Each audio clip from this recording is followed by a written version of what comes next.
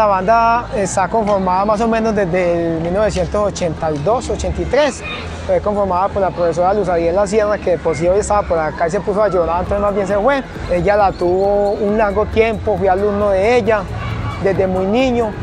Luego pasó a manos del profesor Fabián Montoya, más conocido como Monty, que ahorita trabaja pues en Zaragoza con lo mismo. Y después de que él se va, él trabaja 2 años con la banda, se va y entonces buscan un alumno de los más activos y en esas caí yo. Y aquí estoy desde el 2005. En el momento tenemos 65 integrantes, están entre las edades de 8 años hasta 30. Esta banda se ha participado en muchos eventos, gracias a Dios, y nos hemos destacado mucho por la disciplina, la buena coordinación, el buen ritmo, ¿cierto? Y el buen sonido.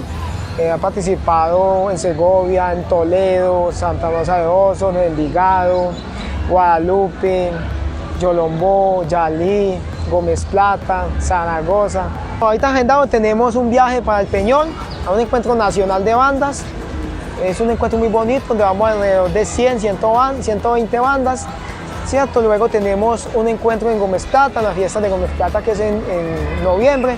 Tenemos el 31 de octubre acá, día de Halloween, y ya todo lo que se venga del municipio. Aquí estamos preparándonos cada día para todo esto, para prepararnos bien adentro y por fuera del municipio. Deja un balance muy positivo, Johanna, porque pienso que es algo que hay que seguirlo haciendo, para que cada año, cada día, cada minuto, cada segundo vaya cogiendo más fuerza.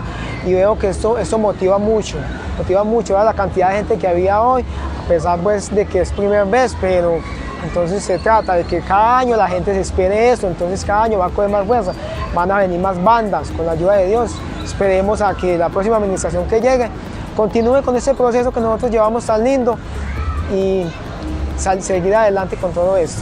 La banda obtiene el nombre de Javier Cardona Osorio en homenaje a un alumno fallecido.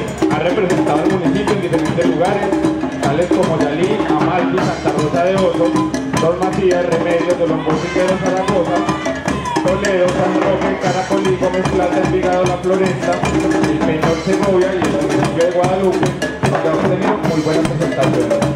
Se resalta que en el año 2018 estuvo en un concurso de bandas en Segovia, donde obtuvo el 4º lugar sobre todas las bandas que participaron de diferentes municipios.